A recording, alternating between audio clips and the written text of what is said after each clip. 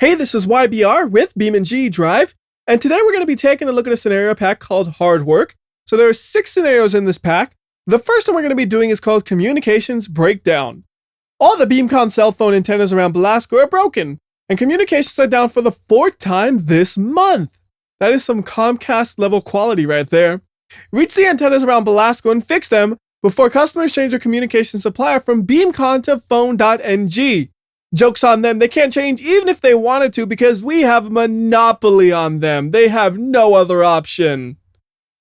Looks like the same description here, so let's go and get started with this. And that's kind of interesting, so this only has 4 checkpoints. It really makes you wonder what in the world is going to happen in just 4 checkpoints. I'm actually a little bit scared now that I think about it because the first 2 are this close together. It's like, what's up with those last 2? Oh, wait a minute, maybe not. If you look, it still says 0 out of 4 checkpoints. So I'm thinking the checkpoint counter is just busted.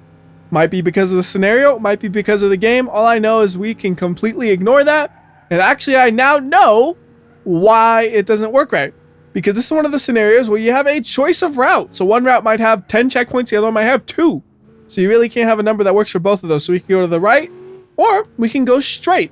I'm going to go straight because I think straight might be a little bit more interesting because we're on the coast, which gives you a nice curvy road. The other one's kind of just driving down the highway, which is just a big straight shot. Figure coast is a little bit more fun to do because you're actually doing something. The highway is like, all right, I'm holding down the throttle and we're moving. That's all we got to do. Here, got a little bit of actual driving. So I'm curious though, what exactly are we doing? I know we got to go fix the pole, but are we fixing one or are we fixing multiple? Because like when we fix the one, it could say, okay, you fixed one, your buddies fixed the other ones, and you're done for the day. Or it could say, okay, you fixed one, now go fix the other ones too because you're the only one who works for BeamCon. I don't know. We're going to be figuring it out soon enough, hopefully, though. I think I know where we're going. We're going to the big mountain because there are 2 mountains that both have a pole on them that I know of. The first one should be soon. You could actually, yeah, you could just see it in the distance right there. So we'll be there probably in about 2 or 3 minutes. It's still a bit of a way there. And I had to really check right here. Do I want to go on the overpass or under the overpass? Because it's a little bit hard to tell because that checkpoint was right near it. I really did think we were supposed to go to the overpass at first, though. It wasn't until a little bit later I noticed which way you were actually supposed to go. Shortcut, shortcut, shortcut. Oh, this is probably not a good idea. I shouldn't be trying to do shortcuts, but it worked, it worked. It was pretty pointless, but it did work. And now actually this is a real shortcut here. This one we're actually going to go ahead and chop off some distance and save a little bit of time, I think. If we climb up that, maybe. I'm not going to try to. And you wonder, well, why did you climb up it halfway? Because I was popping a wheelie and I couldn't steer and I didn't realize it until it was too late. Oh! Oh no! Now I've damaged it more! Yeah, it was already a little bit damaged from the shortcuts, but this one, the boss is definitely going to notice. He's going to notice that the bumper is hanging off the vehicle. Maybe my best option would be to remove the bumper later on. Oh goodness, here we go! Shortcut number 3! I think we gotta go real slow on this one. This one looks dangerous. Yeah, you could have used that like a ramp and basically flown off of this whole parking area if you weren't careful. So that was a good thing I went slow there. There's another potential shortcut, but I don't think that one will work. I think it's just a little bit too steep for this thing because it doesn't feel like it has really great off-road capabilities. This thing is just regular paved roads, and anywhere else it feels very uncomfortable. Like just going up this dirt path right here, it doesn't feel like it's in its zone. It feels like it's a little too slippery because it might just be rear-wheel drive actually, now that I think about it. Yeah, it feels like it's rear-wheel drive. Because I was able to kick out the rear end real easily right there. And if it was 4-wheel drive, I don't think I would have kicked out quite that easily. It says, great work. You reached the first antenna. Now turn around and head back down to get to the second. Well, that answers my question there. And oh goodness, I see another shortcut. I'm going to regret this. I'm going to regret this. I know it. We made it. Ow. A little bit of damage. We're fine. We're fine. Whoa, whoa, whoa, whoa. Don't you dare tip on me. We're halfway through this scenario, I think. Now is not the time to be tipping over. Is this the right way? Or is that like... Yeah, I think it is. I think it just loops around. Which means that was another chance for a shortcut. Oh no, probably not. There's like a big rock wall right here that would totally tear up my truck. Good news is though, is even after all this stupidity, it's still driving pretty straight. Might be pulling a tiny, tiny bit, but again, not enough for me to really be annoyed by it. I'm gonna try to go straight right here. And it felt like it went pretty straight until I had to steer. Here's another good chance. We're gonna just let it coast straight. Looks like it's going straight, maybe a tiny bit of a pull to the right, but not enough for me to complain about it. Like if I accidentally roll off the road, I'm going to say it's because the vehicle wasn't driving straight. Like right there, it wasn't driving straight. What stupid timing is that? I swear, anytime I hint at the possibility of something bad happening, it always finds a way to happen. And usually really fast as well. Wait, where's the other option? Is it to the left? No. Ooh, it's a shortcut option. Oh goodness, WhyBeAre's taking shortcuts again. Rest in peace, truck, right? So let's go this way. We're gonna be terrorizing the town a little bit with my beat up work truck saying, y'all, internet is going down. This looks like a really bad idea, actually. Oh, we're good, we're good. Okay, we're good. Oh wait, how in the world? We got a wall in the way. Oh wait, here we go. We just go to the left a little bit and we could go around it. Maybe we could have tried to jump it, but I don't think we were going fast enough for that to have worked. Like we would have been having to go really fast through that whole section instead of slowing down halfway through like I did. Corner tighter. Stop climbing up those rocks. Stop it. You're gonna wreck yourself. Oh goodness. Okay, it's fine. For a second I thought something was really wrong with it. I just completely imagined that, I guess. Because when I was looking at that front left wheel, it didn't feel like it was steering right, but that was just for like a half second and then it was perfectly fine. So it'd be like it was just still caught on the rock and that's what made it kind of steer the wrong direction. I don't know. That was weird. Anyways, we got another dirt road. Again, this is not what the truck likes to do. It much prefers the paved roads. Although it's really good at sliding through these. Like we could just drift this whole way as long as you don't accidentally fall off the side or accidentally slam into the side of the cliff. And I'm wondering now, is it just 2 of these we're going to be doing, or is there going to be a third one afterwards? And I assume no matter which direction you go, you're going to eventually end up in the same destinations. So I don't really know if I feel like doing every possible route on this one because it does take a while per route. Like it's a good 6 minutes to do just these 2. And if there's a third, well, that's probably another 3 minutes to it. Nope, just those 2. So that's a success.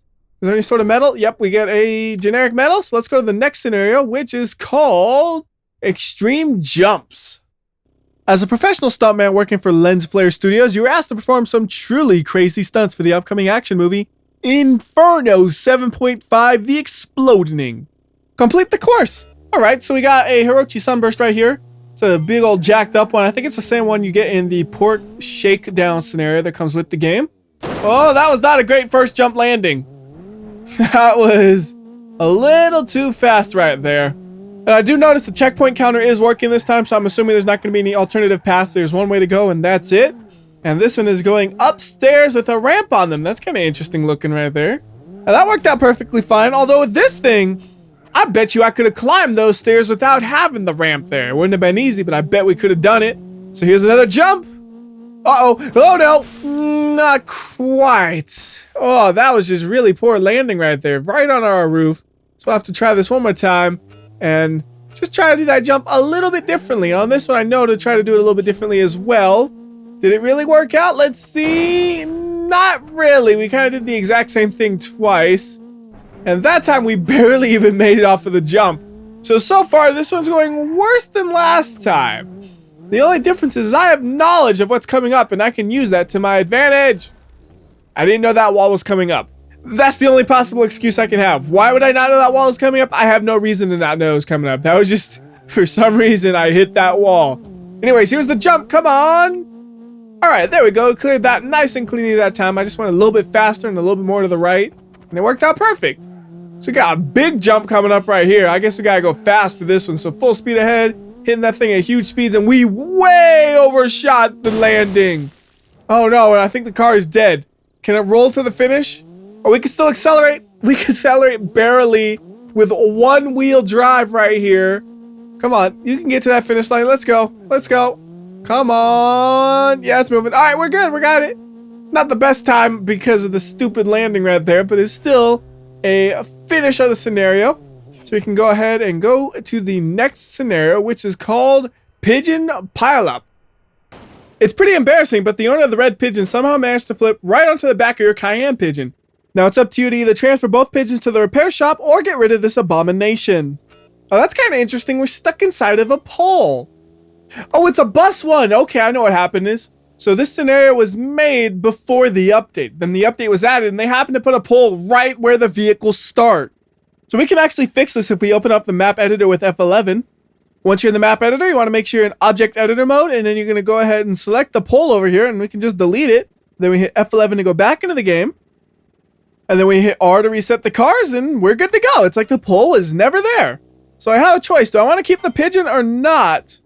Choices, choices, choices. How about we'll try to keep the pigeon for a while and see what happens? And uh-oh. I think the game just froze because I can no longer drive. I can confirm the game did freeze there. And the interesting thing is, I tried again and it freezes in the exact same spot. And I tried it where I didn't delete the object and I instead moved the vehicle and it still froze in that spot. So I'm not exactly sure what's going on with that. I'm assuming it's just some issue with the map after the update. So we're just going to move on to the next scenario in the pack, which is called Rock Delivery. Deliver these rocks from the cement plant to the construction site. Simple enough. We got 3 big rocks. It's funny, every time I spawn up rocks, I do the small ones, not the big ones. And we're going to the left, right? Yes, I wanted to make sure we weren't doing something weird, like we had to go through the canals or something to deliver the rocks. It's nice and simple here. Just go to the roads and then we drive up the roads. It's pretty steep. How well is the truck going to do here? Uh-oh. It has to downshift. Oh no, automatic transmission. What are you doing? You basically just stalled out right there. Okay, automatic just doesn't know what to do with all this weight in the rear. I'm going to take over control of shifting. And then I'll show you how to do it. See, when you go all the way to red line, then you shift. All the way to red line, then you shift. Take notes. This is how you transmission. Uh-oh. And when you start losing speed, that's when you downshift. So I am doing better than the automatic, but this is a tough road for this vehicle. Like, we're basically topped out at 10 miles per hour going up this thing. Because I could upshift, but we'll just lose speed. I could downshift, but we would just over-rev the engine. This is the perfect speed to be going. We can't accelerate just for a little bit right here.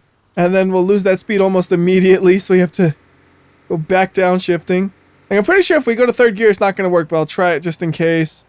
And not happening. Just made things way worse, and I did basically what the automatic transmission did. See, the difference is I learned. The automatic transmission wouldn't learn from that. It would just keep doing it over and over and over again. Stop. You wish. I'm going so slow, nobody would even notice if I didn't stop. Okay, so we're like as high up as we can get on this place. So now it's going to be downhill soon. And I did forget to shift just for a second because we were holding second gear for so long. I remember now, though. Oh, there we go. There's a downhill. See, now a smart man would slow down. I don't see any brake lights on this thing. Do you? We're going fast. Too fast, too fast, too fast, too fast. Whoa, it's tipping. It's tipping. Hold up. I don't want to tip. Now we got backed this thing up, though, because we overshot the corner because I thought I could go faster than I could. Like, if this thing wasn't loaded, it could have slowed down in time. But all those rocks, they weigh a lot. And they significantly increase the amount of distance required to make this thing come to a stop or at least slow down. 35 miles per hour. Is that going to be too much for this corner? Probably. Oh, yes. Whoa. Well, we got to do it this way. This way is not the safe way of getting these rocks transported. It has to be a way with less corners and less tight roads. Because this thing does seem to want to tip a lot. Like, I don't know if it's just the way the truck looks as it drives with all this weight in the rear or if it's actually really wanting to tip. It's scary every time you go around a corner because you see it leaning like that. And I guess it's just a body roll. It's not actually threatening to tip over. I still don't feel comfortable going around the corners at high speed. But I guess it is technically possible after seeing that. I don't want to do it, but it should be possible. Like, I'm still going down to like 12 miles per hour right there just in case. All right, that's the last checkpoint. So here's what we're going to do. We're going to try to tip this thing at the checkpoint, and we're going to see if it'll roll over or not. All we're just going to do is like an aggressive steer left and steer right once we're close enough. So how about now? And yes, okay, so that did tip it over. And I did get a success, right? Yep, that's a success. So let's go ahead and go to the next scenario, which is called a Speedy Taxi. You are asked to pick up famous actor Harrison Gravel from the tennis court and take him to the movie studio. Problem is, the filming starts in 10 minutes. Pick the best route and hurry up. Okay. Hopefully it's actually going to show me which route to do, and it's not just, here's the guy, here's the destination, good luck, because I don't know where the movie studio would be considered. Here's the guy where we pick him up. We're going to just drive through this. He hops in through the window as we're driving. The checkpoint counter did not increment, so that means there's going to be multiple paths with the checkpoint, so I don't have to worry about actually finding the way on my own. That's nice. There's the next checkpoint. And the one after this one, yep, there we go. It's one where we have a choice of left or right, although I don't really know. Well, I guess I see how you get down there. There's a little entry area. All right, we're going to try going that way. And we would be really messing with the actor here. We would saying, look, we're going to go this super sketchy way. We may die, or we may get to your destination on time. We're going to see what happens. Secretly, though, you've driven this route hundreds of times. You know exactly what's going on. Wow. I didn't expect the water to slow you down that much. I figured we just kind of splash through it and nothing would happen. All right, so we want to avoid the water then, although you can't really avoid it here. We'll just use it to slow myself down a bit. It actually worked really well. The water made me go to that corner perfectly. Can it do it again? Probably not. No! It was a very dramatic corner. It just wasn't good. We did get a little bit of suspension damage because we are pulling to the right a little bit. So you can see I'm pretty much auto-steering these corners. Well, not that one. That one's tighter. Maybe I'll crash into it, though, in a way where it equalizes the steering. That'd be nice. Oh, wait. Is this it? I think this is it, right? That kind of looks like it could be a recording studio. I feel like I cheated. This way was way too easy. But that's right. There we go. Complete. No, wait, not yet. There's one more. I thought that was it. You fooled me. He needs to be put right. Ah, that's like we actually let him out. Ha! That's it now, right? Okay. I like that door opened, though. It's just completely coincidental, but it was timed perfectly for letting the dude out almost. So now we're going to go to the final scenario, which is called Trilobite Oil Delivery. Deliver a couple of oil barrels with your pigeon from the oil wells to the gas station. Yeah, because that's all you need to do to make gas. You literally pull it from the ground and you stick it in the car. You don't need to do any sort of refining to it or anything like that. It's good to go. If you ever run out of gas, all you need is a really long straw and you suck some out and then you put it right into the car. Nah, that's not going to work. It's not how things work, man.